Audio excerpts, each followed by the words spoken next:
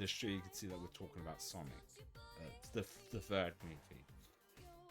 So yeah, I didn't see. So let's get started. I did not see it opening weekend because I had a cold. It was a lot worse than it is now. Like I said, by Sunday I was like, I feel a lot better. I should go and see it.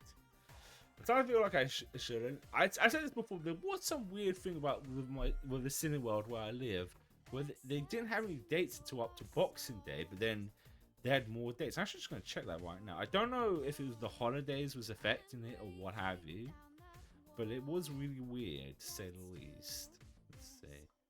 What's the showings now? Yeah, now they've got showings all the way up to the 9th. Huh. Because before it was only all the way up to tomorrow, but now it's just, I think maybe it was just the holidays. My brother thought maybe the Cineworld where we live was getting shut down because apparently they're not doing particularly well, to say the least. But yeah, I mean, I gave my short thoughts on Blue Sky. It was fucking good, to say the least. I don't know where to start, like, because I'm such a scatterbrain, so I'll be going like around in parts and stuff. Like I said, we're fully spoiling it. Spoiler warning. We're going through it. So, well, I'll start off with the fact that Keanu Reeves was fucking amazing as Shadow. Like, just showing how much of a really good choice he was for the movie. Just the line deliveries. He's just like, you could tell like he knew the assignment and knew what to do. I think also Jim Carrey playing both Robotniks was like even though like when he's playing Gerald, he's wearing prosthetics and stuff. It's still amazing how well he too. It's the same. That reminds me actually that one of the, because like jokes in kids movies, it's always they're like eye rolls, but I don't think there was really any eye rolling jokes for me this person. But there was one where where they said something along the lines of like, it's like we're in a movie where one actor is playing two characters and you just turn to the camera. I was like, that was a good full break. I have to admit. I think also what was really good with this was the focus more on the Sonic characters and less on the human stuff. I think that was my gripe, especially with the second one where they focused a little too much on this. This one being more focused on the Sonic characters and less on the human ones. I will say though, one thing they've managed to really do is make the human characters very likable. Like there's not a single like human character that's like, ugh, I wish they weren't in this movie moment. Especially with Tom and Maddie, and especially with Agent Stone. Like they gave Eggman a sidekick and they didn't make him annoying or cringe. And he even had like a little character moment of this, like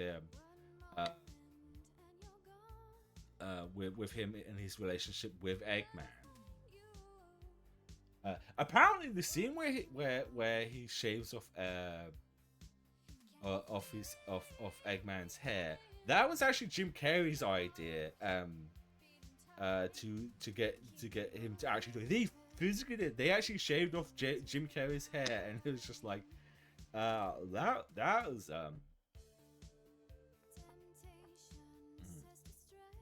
okay.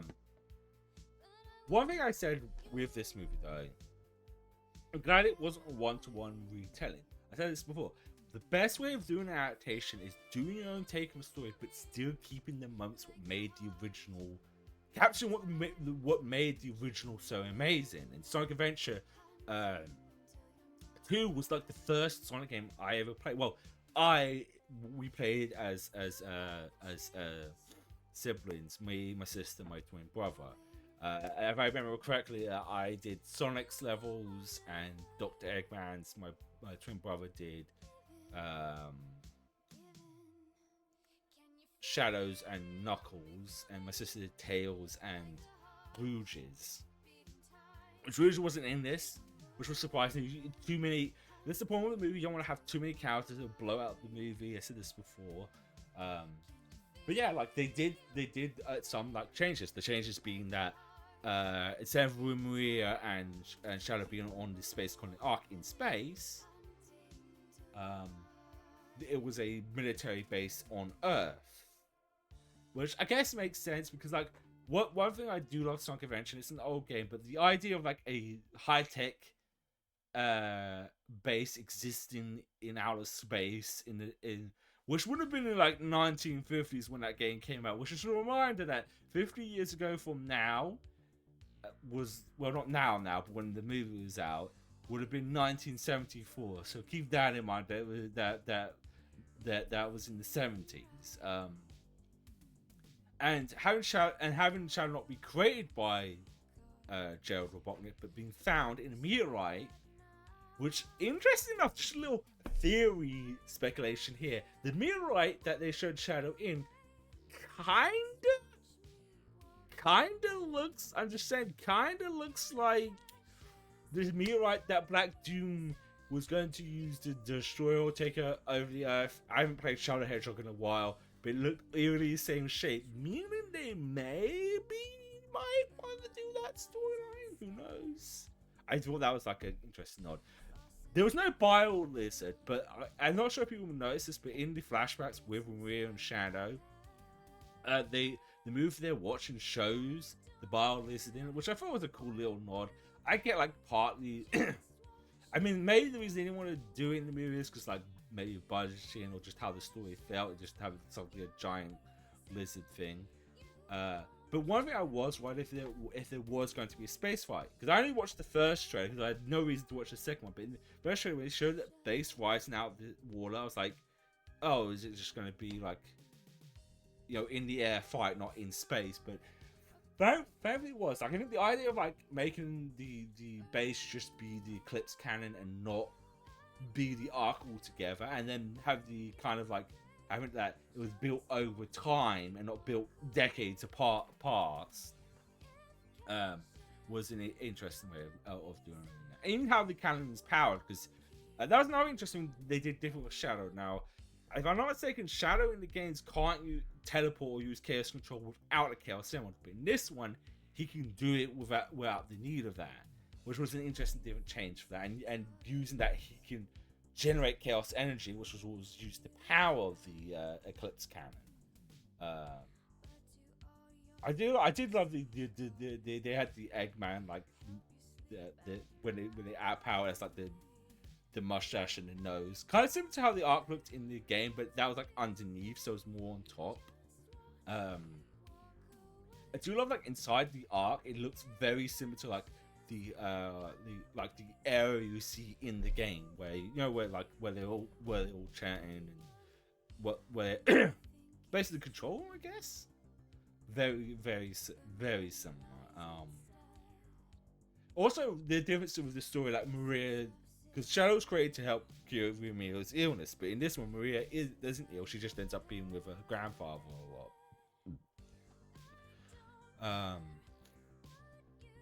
And I do like how they dealt with Maria's death, because they knew full well if they did it exactly the same in the games where she gets gunned down, it would have upped. I'm so surprised the movie was a PG, even so, because there's some very like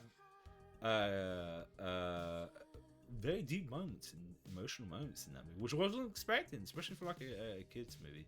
But them having it like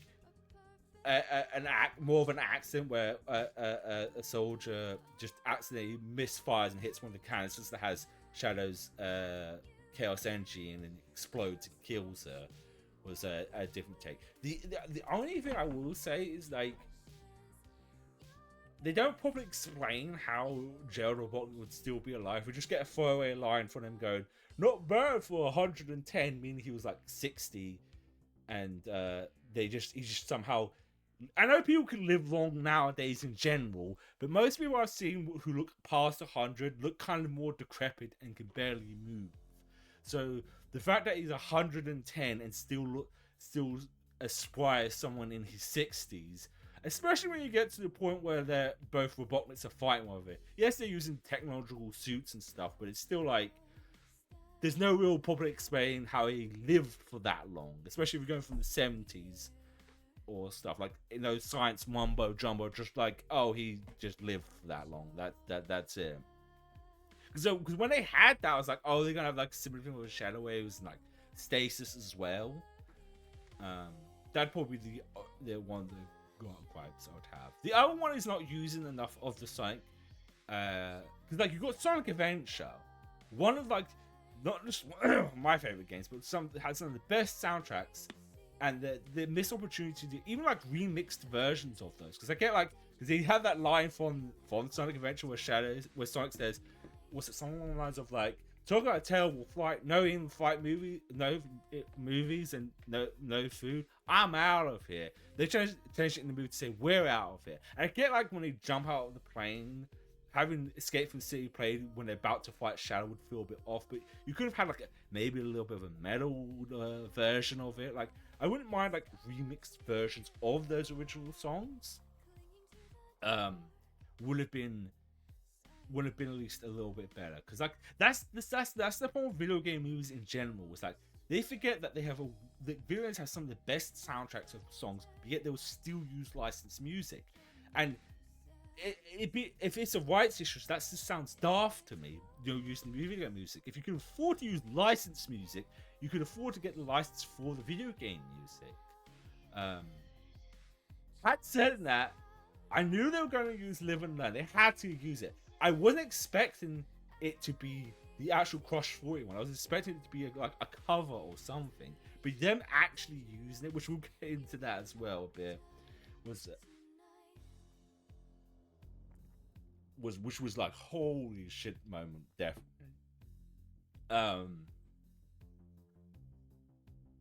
The only thing is, and this is because it's another like kind of this is just like storytelling in general. It was the same in the second one with the, hey, we got a MacGuffin, we need to get hold of it so the villain doesn't get hold of it. Oopsie doopsie, us trying to get it gets the villain, gets the thing. It's the same thing in this one, like with the Master Emerald in the second one. It's like, oh, we need to get this other key so they can't get the Eclipse Cannon. But then us doing that, the villains get the other key to the Eclipse Cannon. Like, it's just, I ain't gonna move the story forward, but just like it's such an overused like kind of storytelling where we have to get the MacGuffin so the villains don't, but us trying to get the MacGuffin gets the villains the MacGuffin, and then we have to try and get it off them.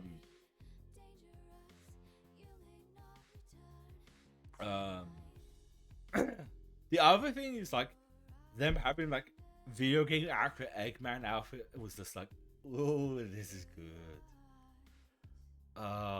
When I saw it fully in the movies, I was like, yes. Because that was the other thing with like the Sonic movies as it went along. It was just like when they showed the first one, I was like, oh, I get it. They can't have a goofy looking villain. Then they went a little bit in there in the second one, and then fully Eggman, just like, well, you know, once again, Jim Carrey just fucking nailing it. I think he's still gonna be in it because, like, yes, this death is more kind of more. You'd say it's like he dies in an explosion, but like, because I didn't find this out until I got back. There's actually an end, like, final credit scene which shows that Shadow survived. If Shadow survived, Eggman survived, because you could easily do like he teleported and saved Eggman as well.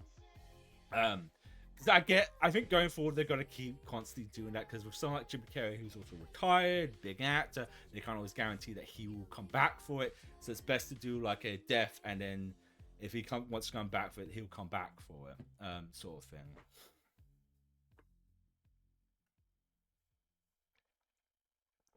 The thing I have seen people making jokes about is that Sonic suddenly wanting to like go full on like revenge mode with the Chaos Emeralds money. Because that's another thing. I'm glad they didn't technically do it, because I knew they weren't going to kill Tom. I knew they weren't going to kill him. And it was going to be like, I was half expecting like, because movies do this too as well, where they need, we need a motivation for the hero to do something the hero wouldn't always do. Let's kill a family member or close friend. But then, oh, they're not actually dead. This one, they first make you think he's dead, but then immediately point out that he's in critical condition. He's not dead, but he could die. That's at least a little bit better, at least from what I interpreted. But I've been seeing all jokes like Sonic suddenly going full like revenge mode. It's just like I feel like people who say says that's out of characters. If you someone who's like lost someone before, if I found out someone who had done it and had a way of making them pay, I can't say I wouldn't want to do it. I'm not saying revenge is a good idea, but when you're about to lose someone, you feel like you're going to lose someone, you do irrational things, and that I feel like. But Knuckles giving in was just a little like. He gave it a little too easily. Like Knuckles knew what it was. Like he like I don't know. But I did think it was funny who had the Master Emerald. That was pretty good. And then obviously like I knew they were going to go Super Sonic, Super Shadow, but just the way like Shadow just like knocks him out of him, and then they both race and then go. The fight sequence in that. Holy shit. That when Super Sonic and Super Shadow fight everyone, I have to. If I had a nickel for every time that Keanu Reeves was in a movie where there was Dragon Ball Z level of fights, I would have 2 nickels, which is not a lot, but it's weird. It's happened twice now with that man. If you don't know the other one, in the third Matrix movie, at the end where he faces this Agent Smith, the fight sequence in that felt very Dragon Ball, but compared to like the Sonic one, that one feels even more Dragon Ball. It's like, holy shit, was it awesome? Like them just like throwing hands, zipping across the planet as they fight one another.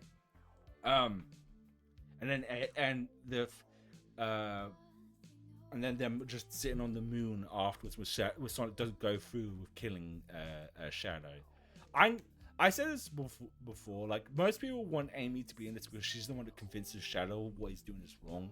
And I said that it could have easily been one of the human characters, but I'm kind of glad it was actually Sonic that kind of convinced him that what he was doing was not alright.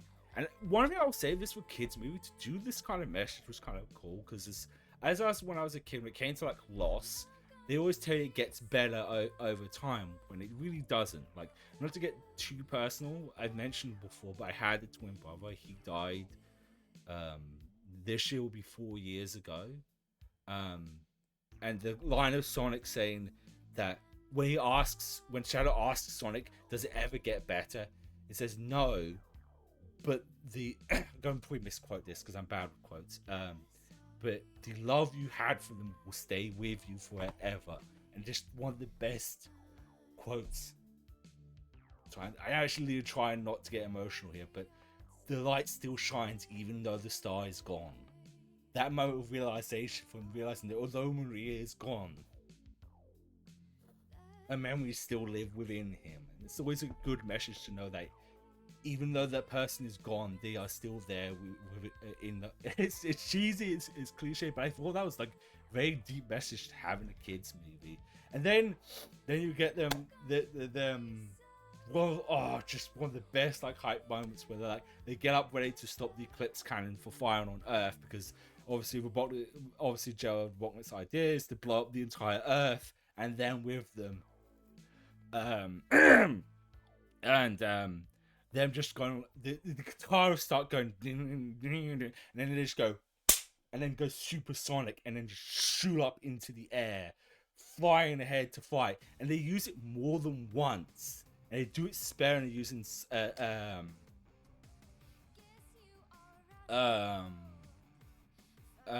and Learn. The Crush Roy one, as I said, was surprised I'm going to use the actual song and not like a cover, because then the second time they did where like the robots come out of the Eclipse Cannon. It's the gun robots look like the robots from the game, and they play it again. Or like when Shadow Sonic brings all the robots to him, and Shadow just brings up dozens of Chaos Spears and fight. Oh, it was so good. Even them flying into the beam to try and stop it so they can move the cannon. They still shot the moon, but it's interesting that they split the moon rather than completely destroy a chunk of it. I guess it's because like we know science a little bit more these days, and if a giant chunk of the moon was shot off, it would cause God knows what damage on Earth. but it just getting sliced probably wouldn't. I don't know. I'm not that big of an expert on sciencey stuff.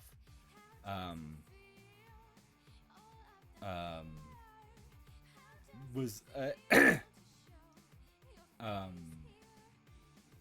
and then that, like, also at the moment with Eggman and Dr. Stone, like Eggman like admitting that he actually appreciated Dr. Stone, Agent Stone's company, and actually saw him as a friend,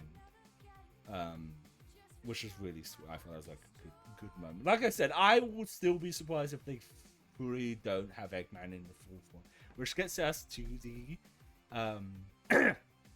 also kind of research. Just like I said, just amazing. Like I said, that speech on the moon. When on the moon with women,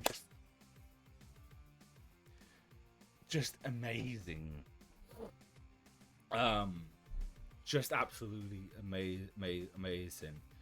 Even for like, some of the sillier moments, he definitely did very well. Shadow is going to be, like I said, because I didn't stick around for the end credit scene because I needed to pee and it was getting late because I went for like an afternoon showing. And by the time the movie finished, it was like 7. I was like, I will see the end credits. But the post credits, or was it end credits? Basically, after the first set of credits, they showed Metal Sonic showing up, and then Sonic pretty much clowns on him, and then several Metal Sonics show up, and then before they can take him out, Amy shows up and beats and smacks him with her hammer. And it's really hard to judge her design because we don't see her clothes; she's wearing like a hood. But as far as like just face wise, I do actually really like it. Like it really fits like the design they've been doing with the characters. But it's going to be interesting to see, because now we're going to get into the theorizing what Sonic 4 is. It could be Heroes. Because the interesting thing is Sonic 4 is confirmed for 2027, not 2026. Because so far it's been a 2-year time between each of these movies. The first one being 2020, sorry. Second one 2022, and then the late 2024. But still, this being 2026 makes you wonder if they are doing Heroes, are they going to do like in between movies or TV shows to introduce the other characters? Because they had Knuckles. Next series could be Knuckles and Chaotix. I think if they are doing Heroes, I think, if I'm being really honest with myself, they don't need all those characters. Like, most of them don't really matter to the overall plot. I know a lot of people would love to see like Big and Cream and all of Chaotix. I think if they do have Chaotix, it's just probably going to be Vector and maybe Charmy. Maybe not the whole crew.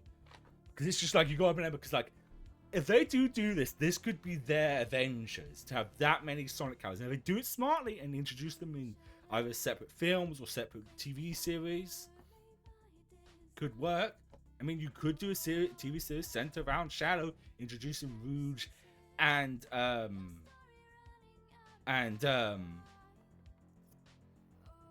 Omega. Rouge is still a debate one. We talked about this before, but I'll say this again. If they do her, they're damned if they do, damned if they don't. If they make her close to the video game design, you have parents complain about having a hypersexualized bat. Even if they don't make her breasts pronounced, like they make her, her outfit alone is still a skin tight suit outfit with a giant heart shaped thing on it. But if they make it more family friendly, you have the Sonic Gooners come out of the woodwork saying it's like woke or something. And I feel like if I was them, if they are going to hit Rouge, it would make sense just to make it more family friendly. Ignore the Gooners out there, because for fuck's sake, it's a kids movie. Yes, old kids movies tend to have had weirdly sexually charged characters, but like with Rouge, it just makes so much sense. But it could easily be Sonic 06. Because like, what if they do like a Terminator style thing where these Sonic robots are from the future and we might introduce Silver, maybe. I don't know, maybe that might be best for the 5th movie. But I could easily, because they showed several Metal Sonic robots. It makes me wonder if there's like gonna be like, because Heroes had Neo Metal Sonic, which maybe he might be the mastermind creating all these. I saw some stuff online where people pointed out that the main one that first fights Sonic isn't the one that Amy destroys. She destroys all the like silver, like colored ones because they were different color coded, and some people might seem to feel that Sonic got away, realized he's no match for Sonic. Maybe that might make him go to build himself up. There's no ways they could have Eggman introduced, like he may have created him at some point before the start of Sonic Adventure, but couldn't control him, locked him up. He'd break free and locked Eggman up as punishment or something like that.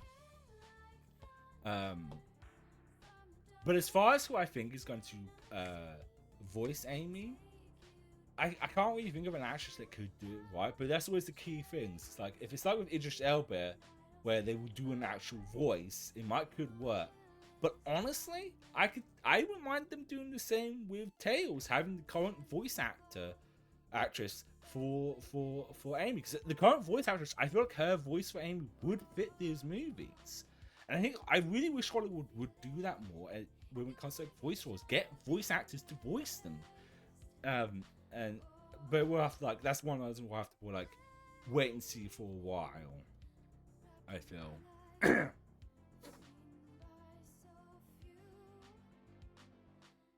So lost of that. So let's wait and see approach. But hopefully they take the time, and I hope they don't fuck it up. Because what's so great about these movies, it feels like the early MCU movies where they were fueled by creativity. And I think the problem the MCU movies have had a lot of lately is they're fueled by corporate greed of like just getting these out and forgetting what made the previous ones amazing. Paramount has a great franchise on their hands. I hope they make either spin-off stuff or stuff because they want to do it for creative reasons and not money reasons. There's also another thing, because I'm gonna stop for lunch in a minute. We've got some TikToks to watch. There's just one more thing. I just find it funny that it's outdone Mufasa.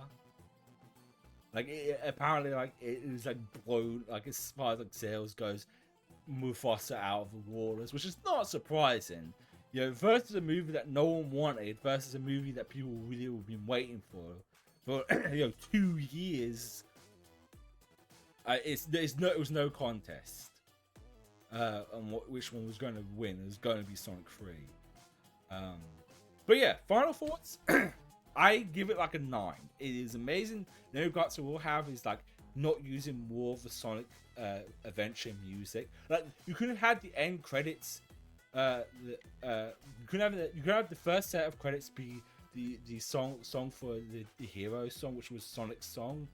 I remember what it's called. And then you could have had the next set of credits be Team Dark's song, which would be cool, because especially when you think the last credit scene is Shadow showing up, that would have been kind of cool. If they do this again, they really need to start like using music from these games because they're so good. But yeah,